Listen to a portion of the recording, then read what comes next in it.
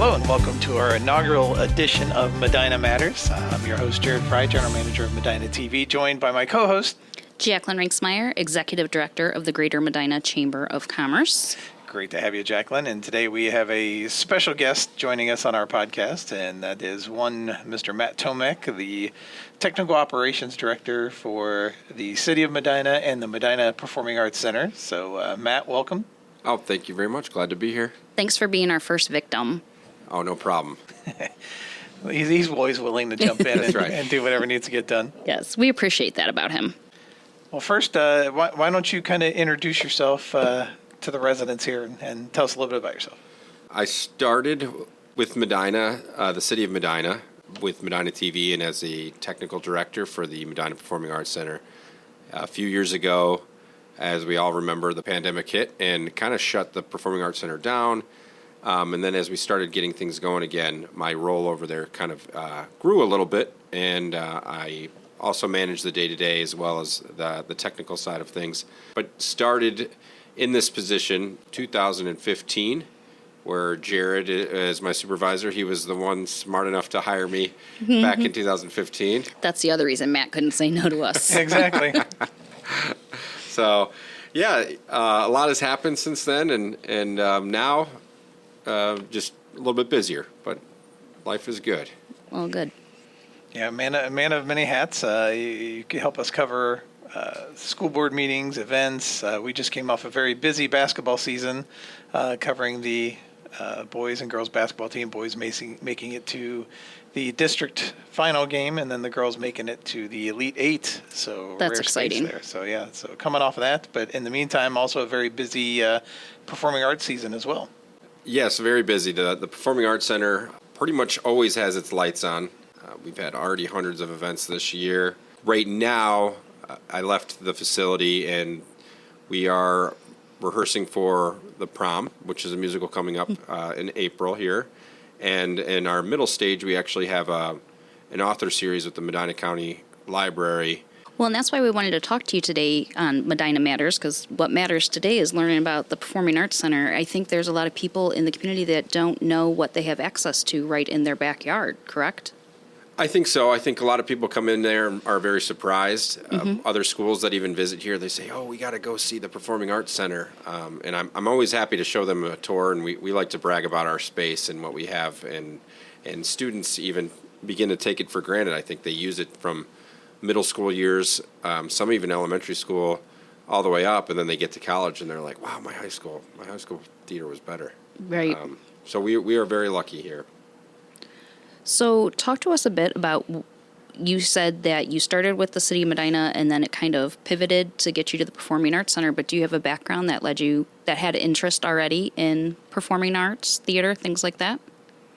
So I guess what kind of led to this field was my first job in TV was with PBS, WBGU. So I'm a Bowling Green graduate.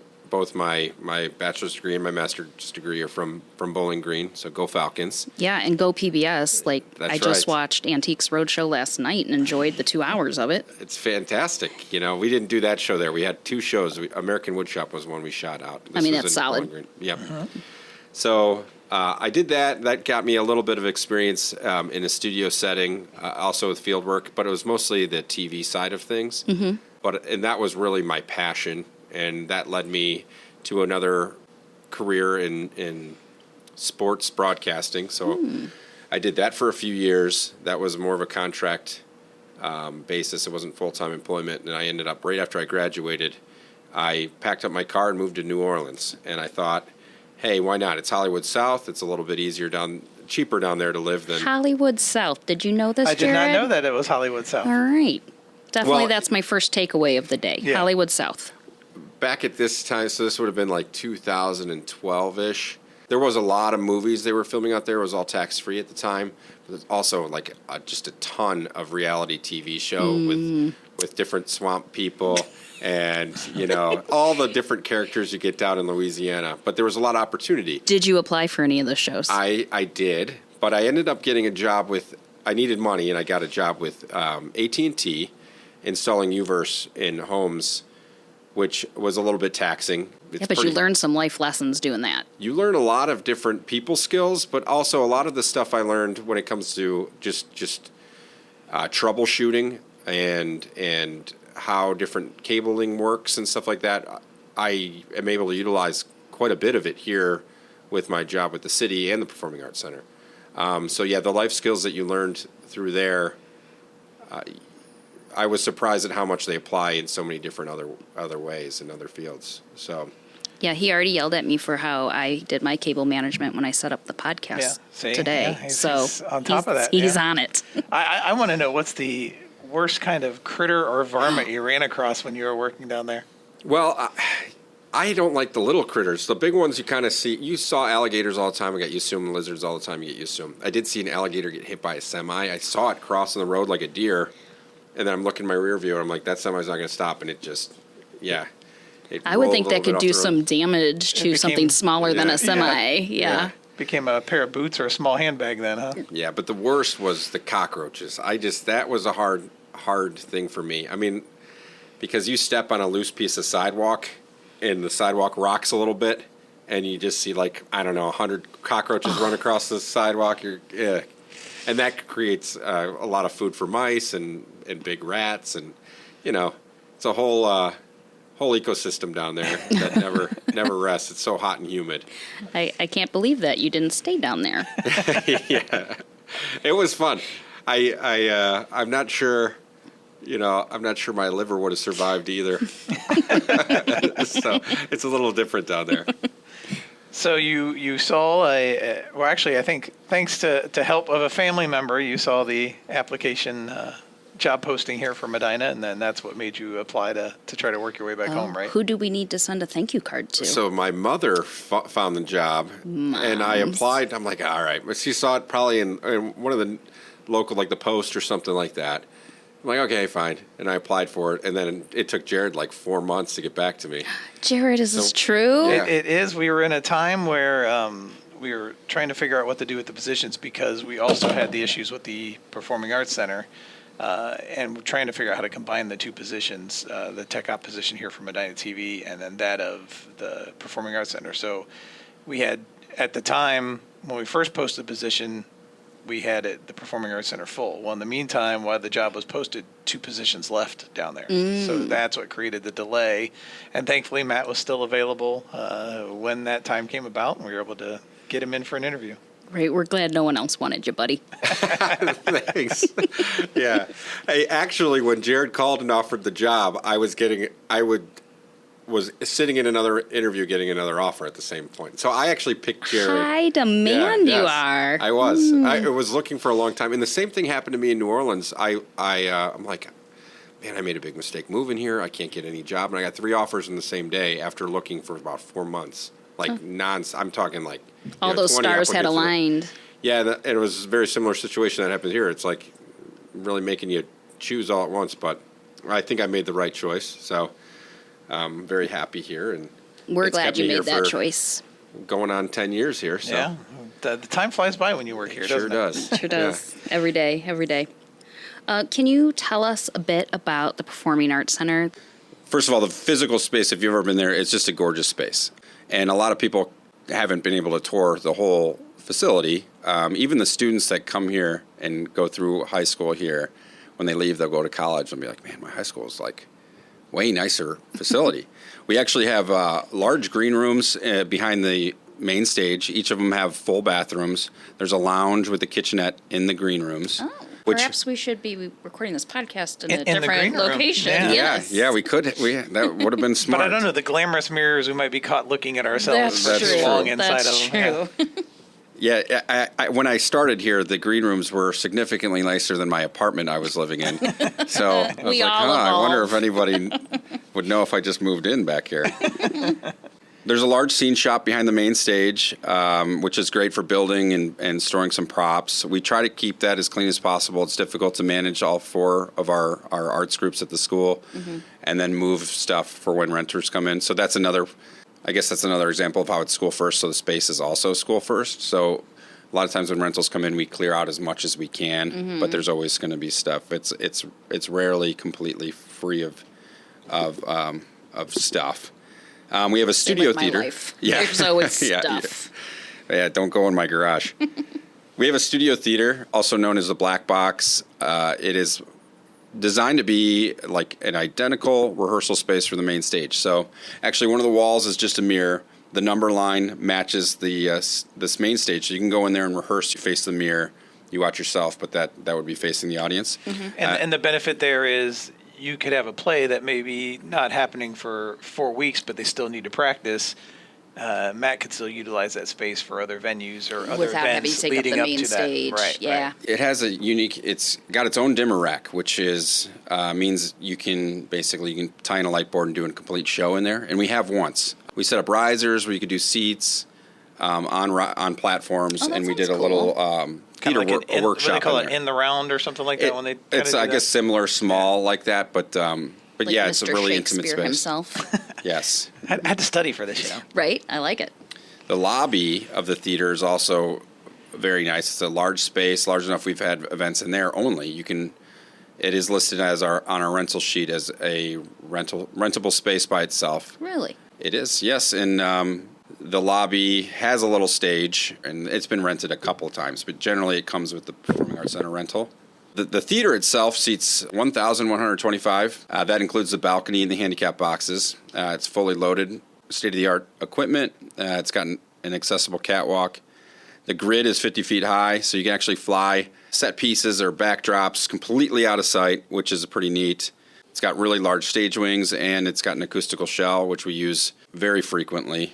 And then those are the two spaces, and the last one is, of course, the original theater of the high school, which is the middle stage, we call it. Gotcha. Which is really a great space. We like to use it for our drama department. It only seats 403, and that's including the handicap. But it's a little bit more intimate space. A lot of smaller productions in there where the performers can be closer to the audience. And that also has its own scene shop and pretty large stage wings and comes fully stocked. Where's all this information found? Is there a website? Where do we go for these details? Because if there's a test later, I'm going to. If there's a test later, you can go to medinabees.org and you can click on the community tab, and you'll get right to the Performing Arts Center page. And then there's some tabs on the left where you can buy tickets out through there. Okay. So it'll have the box office on there. It'll have the calendar of events, and then it also would have some stage information. I know, Matt, you have to balance delicately the balance between school-related events and those rentals. Yeah, the Performing Arts Center. When I say Performing Arts Center, I'm talking about all the facilities that I mentioned, the middle stage included, and the studio theater. But it is a school-first facility, and then even beyond that, it prioritizes to the high school. So we have all the schools fighting for the space. Sure. And then we have to try to explain to everyone it's high school first up until August 1st, and then we open it up for middle school and elementary school based on when you turn requests in. The requests then can be held, and they can always be bumped. Administrative can bump things, and then we inquire with rentals. So a lot of our funding for replacement of lamps, new equipment, new soundboard, just kind of basically day-to-day operation funds comes through rental fees. That makes sense. So our big rental season is in June. We get a lot of different dance. We fill every day up with dance recitals and dance rehearsals. And then we do have rentals throughout the year that we just kind of squeeze in when we can throughout the school schedule. Mm-hmm. Yeah, it is a delicate balance because everybody wants an explanation of why they can't get in here, and I should always have one. Like today, we moved the musical from their usual space at the middle stage so we could accommodate the library. So the school works around rentals. We all try to work together, and usually Sure. it's a nice cohesive environment. Yeah, collaboration gets everybody farther. That's for sure. Exactly. And in the same breath, you have to watch handling all these events because you're staffing. Kudos to you and your staff over there because you guys do a lot with very little. We have a fantastic team at the Performing Arts Center. Always have. Everybody pulls the weight of multiple people. It gets tough at times, and then we have downtime where we try to prepare for the next storm. Because you know it's coming. You know it's coming, and you get a little frustrated when all your prep work gets destroyed very quickly, but that's just the name of the game. And we have a lot of fun doing it. We love having some big events in here. We love seeing smiling faces leave the facility, and we get a lot of great compliments. We've had a couple of renters in here that actually just came from the Civic, and one had just come from Playhouse, and they both gave us high praise of how much better of an experience it was here at Medina Performing Arts Center than it was at the other locations. It's quite a compliment. Quite a compliment. No, I was just going to say, and it's credit to this facility, the custodial staff, everyone here at the high school, being that that facility was built in 2002 and still looks almost as new as it was from 2002. I mean, other than some chairs here and there, things like that. But for the most part, that's one of the great things. It hasn't really worn over time as much as you see other school spaces, performing arts centers do that. Yeah, that's a difficult thing with teenage kids. It really is. Sometimes they just have too much time on their hand and they like to kind of pick at the chairs and rip some aisle numbers off and stuff. But yeah, we do a good job of trying to make sure everything stays in order. Somebody back in 2002 made some great timeless selections when it came to like colors, fabrics, and things too, because it is still looking quite gorgeous over there. So I want to pose this question actually to both of you, Jared, since you bring a little bit more experience with the Performing Arts Center. I'd love to know what are some of the, I would say, key highlights or memorable moments that have happened in the center's history. Like, can you talk to any big things? I'll jump ahead of Matt here and go with the biggest one. That was the State of the State address. Governor Kasich came and gave the State of the State address here in Medina. It was a very big event to sit through all those meetings and dealing with security and his press team and everyone like that. But the greatest feeling was to walk out when it was all said and done and get a letter back from that press team in his office saying what a wonderful space we had, how great our staff was to work with. So really put Medina in a great light. So I think it's one of the bigger events that have been there as far as dignitaries and everything in attendance. Especially on a statewide stage, if not covered nationally as well. Exactly. So that would be the biggest one. But I know there's been a lot of wonderful performances that have happened down there. We've had quite a few big shows. The Celtic Christmas is one that comes in and almost sells out every single time. Magic Gives Back just came in there, was a magic show. But for me, one of the most extensive ones that we did, and Jared was also very involved in this, was the 2020 graduation. Oh, yeah. Now, that had nothing to do with a crowd of people. It was about how to do something inside. Quite the opposite of a crowd. Yeah. And it was really quite fascinating, all the steps you had to get approved in order to make it safe for not only the students, but also to get their diplomas from their family. And I thought we did just a fantastic job. We had appointments, was it every 5 minutes, I think? Yeah, we did rotations. I think it was groups of 10 that would come through because we had spacing set up the correct way and rotated maybe 5. I don't remember the numbers now. It was 4, waves of 4, because that's how we could fit in the black box. And then we'd have them. I was able to get the DJ stuff going in the black box. It was a lot of fun because I know a lot of these kids were upset they didn't get a regular ceremony. But it turned out to be a really cool and intimate experience because the teachers that were there, they were able to talk to, because at a ceremony, you're you're just crowded. Yep. And they got their diplomas from their parents. They separated and then at the end, their group of 4, I actually took a video of all of them. I'd be like 1, 2, 3, throw your caps in the air. So it's a 360 image of the entire class where it's on YouTube. You can kind of look around and you can see all the class throwing their hats in the air at the same time. It was really it was sweet. a really neat experience. And I think now for us and all the staff and everybody that volunteered to really make this event happen, it was very difficult. But I feel like for the kids, it was a really special experience. And, I know they'll forever not know what they missed out on, but I personally think it might have been, I would have preferred what they had. Versus the traditional. Yes. And it was very cool as a district to be able to do that for the students who thought they weren't going to have anything in light of COVID that year. So that's a very good point, Mike. That was a great great event and a great thing to do. So Something to be very proud of. And I would tell you that even though it was probably very tough and hard work for the team that put it together, they'd probably all say it was worth it. I think so. Yeah. Yeah. Good. Yeah. So we talked a little bit about like how the Performing Arts Center has evolved over the years, and I think you kind of touched on it, but I want to know what are some recent developments or changes or what's on the horizon for things that we can look forward to. Well, right now, I'm just trying to get myself up on the rafters so I can change a light bulb. there you go. Really my goal. you can tackle that because I'm afraid of heights. I know, I'm there. I will be your stand-in. So the musical's the big thing. As soon as that's over, we roll right into Showtime, which is first. The musical is The Prom this year, and then Showtime is right after that. That's our like kind of final big end of the year show choir performance, and then it's our spring concert season. So everybody, all the curricular concerts come in here, and then we're going right into dance. So then it becomes our heavy dance season. So. And this year, prom, the musical is actually 2 weekends, correct? Correct. Yeah, it's Friday, Saturday, Sunday, Friday, Saturday, which starting on this.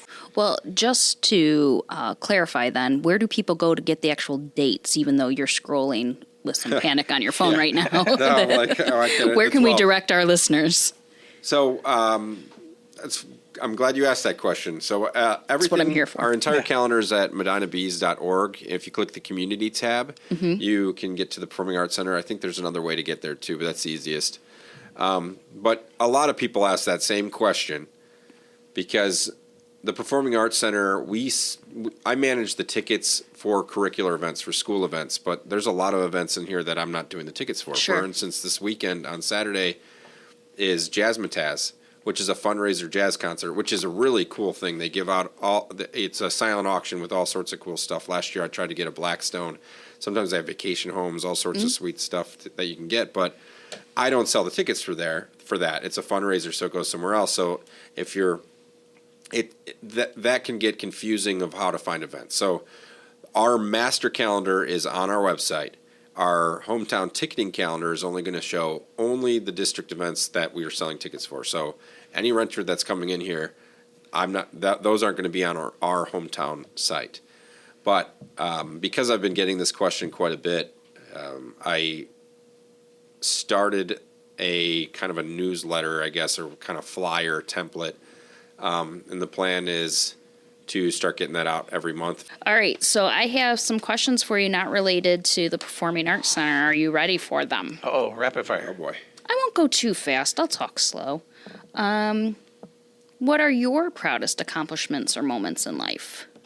In life? Yeah, I mean, we talked about like what you guys are proud of with the Performing Arts Center, but what's something awesome personally for you because you're fun? Oh, what are we geez. celebrating? Okay, well, I'm married, so my wedding day was a very proud accomplishment. My wife makes me a much better person, and she's helped me fulfill everything that I want in my life.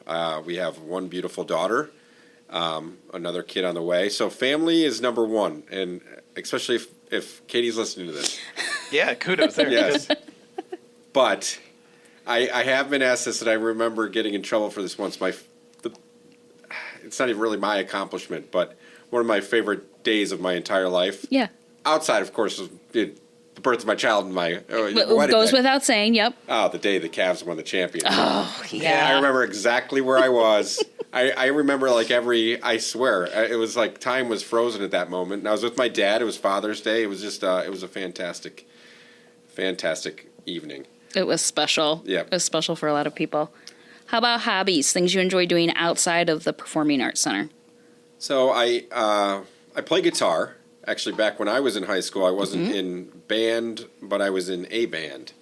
So I'm the kind of musician that can't actually read music, but I can hear something and learn how to play it. That seems important. Yeah. Yeah, reading music is pretty important too. But so I think that probably helped guide me here in some way.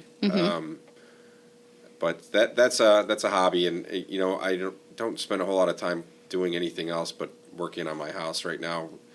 I convinced Which my is wife. a passion of yours. You enjoy the home improvement projects. You know, if you saw me while I was doing it, you probably wouldn't think I enjoy it. Happy wife, happy life, right? That's right. My wife says I love it, but I'm like, I don't know if I really love this or not. Yeah. How about if you could only eat one food for the rest of your life, what would it be? Ooh. It's got to be a food that you can kind of change a lot, right? So like a taco or pizza, probably. Would the judges allow that answer? How about a taco pizza? A taco pizza. Well, no, the whole point is a pizza. I can change the toppings. I can basically, you can change the sauce. So you're trying to work the change system cheese. here. I'm Right. I was trying to bail you out and give you two choices there and combine them into one and have it be a It's taco tacos flavored and pizza. You can kind of change. It's like a food. Well, you got to where pick can one or the change. other, I guess. Even I'm I gonna don't. go with. I get sick of pizza all the time. I might go with tacos, but that's only if I'm allowed to change the ingredients all the time. Right? Like I thought your answer had to be like blueberry. Yeah, just one. No, leave it to Matt to try to push. Right? Think He's outside pushing the the box. envelopes. Well, if that's the case, maybe I'd go with like a cheeseburger. Okay. Yeah. Even that, I feel like that's multiple foods combined, but we'll give it to you. We'll Steak? give it to you. All right, just a steak. steak. Yeah, All right. just a steak. All right, There you thanks. go. There you go. All right, as we wrap up here, I want to run through. Let's get our listeners educated on theater here. All right, so I'm going to throw out these terms for you, Matt, and you can help explain it to the viewers here. Okay, listeners. we're gonna get ready to Remember edit earlier this in post. when I referenced a test later? Yes, here comes your test. Here it is. But you're on the hot seat, Yeah. not me. All right, first, the biggest question of all. When you refer to a stage and you say stage left or stage right, inform the people how that actually is set, I guess is the best way to phrase that. It's a good question because it's very important. You use it all the time, on your left, on your right, all the time. And it's like, wait, who's left? I'm looking at you. This is so stage left. If I say stage left, that is if I'm on the stage and facing the audience, that person's left. I would be my left, stage left. Now, if I'm in the audience and I'm looking at someone, they said stage left, I would know it's actually to my right. Right. So those are terms to help people know how to get around. Navigate. Yeah, so now they know that. It's from the performer's point of view for that. Explain what the grid is. So we are lucky enough to have a grid. Not all theaters have a grid. Is it like the Matrix? So if we go up on the roof, you have to go across the grid. It's like the final level. I can't wait. This is going of, to be like a video game, and I'm going to win. Yeah, it is 50. Our grid is 50 feet high, and it's basically just planks. You can drop any kind of wiring you need for the performance, whether it's mic lines, lighting lines, DMX, all that stuff. So it's like it's open. It's flooring with open gaps in it that you walk across. Everything's safe. It's just scary. Everything's safe. It's just scary. because it's just it doesn't necessarily feel safe. Your body is like, oh, I shouldn't be up yeah, here. this is pretty high up. Which could lead next then to catwalk. So the catwalk is where you get your front of house lighting. Now, again, not every theater has a catwalk. Sometimes you just have like a lip in the ceiling, but you need to have face lighting. There's lights always. Again, I can't say always, but there's stage lighting that's right above your heads. And if you don't have anything hitting your face is dark and just hard shadows. So we have an excellent catwalk at both of our stages, but you can carry lights up there and properly light the front of a stage. All right, I'll give you two more. We can wrap things up. You already talked about the dimmer. You mentioned that earlier. You mentioned the shell. What about a batten? So battens are what you would hook lights onto or backdrops or anything throughout the stage. The depth of the stage, there are several battens. Ours are on a manual fly rail, so we literally use counterweights and ropes and bring the battens down. So it takes a little bit of force. You have to be able to lift some pounds. Some of our battens weigh well over 1,000 pounds. Ooh, there's some physics involved. Yeah, so you have to counterweight it. So you let go and you make sure it doesn't fly on its own. And you That would be bad. Sometimes you do one light at a time and you're just constantly putting a light on. You counterweight. It's definitely easier with multiple people, but again, it's something that's hard to do. It just takes a lot of time when you're doing it yourself. Right, a lot of back and forth. Yeah, but now they have mechanical ones. Of course at they new do. places. Add Yeah. that to the list. Yeah, But it's a good workout, though. If you got to take that thing up and down, why need to go to the gym if you're working in that Yes. counterweight measure sometimes? That's efficiency right there. Exactly. Get a workout right. in and get everything done at your job. So Matt should quit complaining. That's right. That's why Matt looks so buff. And then, okay, last one, wings. Fitzgerald Yep, Wings. A stage. great band. Yeah. Great band, Tasty meal too. for sure. Yep. Stage wings are to the left and the right of the stage. They're where you can't see it from the audience. We are lucky enough to have very large stage wings where you could actually put a bunch of set pieces in the wings and slide them out. And then you have the legs that are, I guess, thinner pieces of a drapery that mask the wings. Were we talking about Yeah, break a leg? we break those. Yes. And actually, going back to break a leg, I think that was the only way they used to get paid. Is if they cross If through they that crossed, they would have a bunch of actors or performers, and they would say, "I hope you break a leg because they hope you get paid today." You would wait there, and you'd hope that they'd call your number, actor number 6 or performer, and they'd tell each other, "I hope you break a leg." Look So- at he was saving this for the end. He was. had Yeah. that little He saved that tidbit. jewel right for the end for us. Yeah, so the wings are the space beyond the legs. See, perfect. Interesting. Yep. Again, speaking with Matt Tomek, Technical Operations Director of the City of Medina and also the manager of the Performing Arts Center. It's been a pleasure having you in here on our first edition. We need champagne or something that we can I know. break Can like you we do a ship or insert something. clapping noises there. right We'll give a little now? clap right there, Little yeah. bit. But yeah, great to have him in for the first show and explain. If you haven't checked out the Medina Performing Arts Center, do so at www.medinabees.org. Community And tab. go to the community tab and get all the information there. Matt's more than happy to talk to you. If you give him a call with any questions, he'll get you straightened away. And please try to find a way and check out an event. The number 636-3400, correct? That's correct. So yeah, remember it in my notes. And then make sure you give him a call and take a moment and try to check something out, whether it's a student event or a rental. Definitely come out and see it. They do a great job down there. Absolutely. It's amazing to have it right in our backyard. Yeah, so I think we've wrapped up our inaugural edition of Medina Matters, and we'll look forward to having our next guest in and joining Jacqueline and I. So we're hoping to make this a regular thing and keep everyone tuned in. So until the next episode of Medina Matters, thanks a lot, Matt. Thank you. Thanks, guys.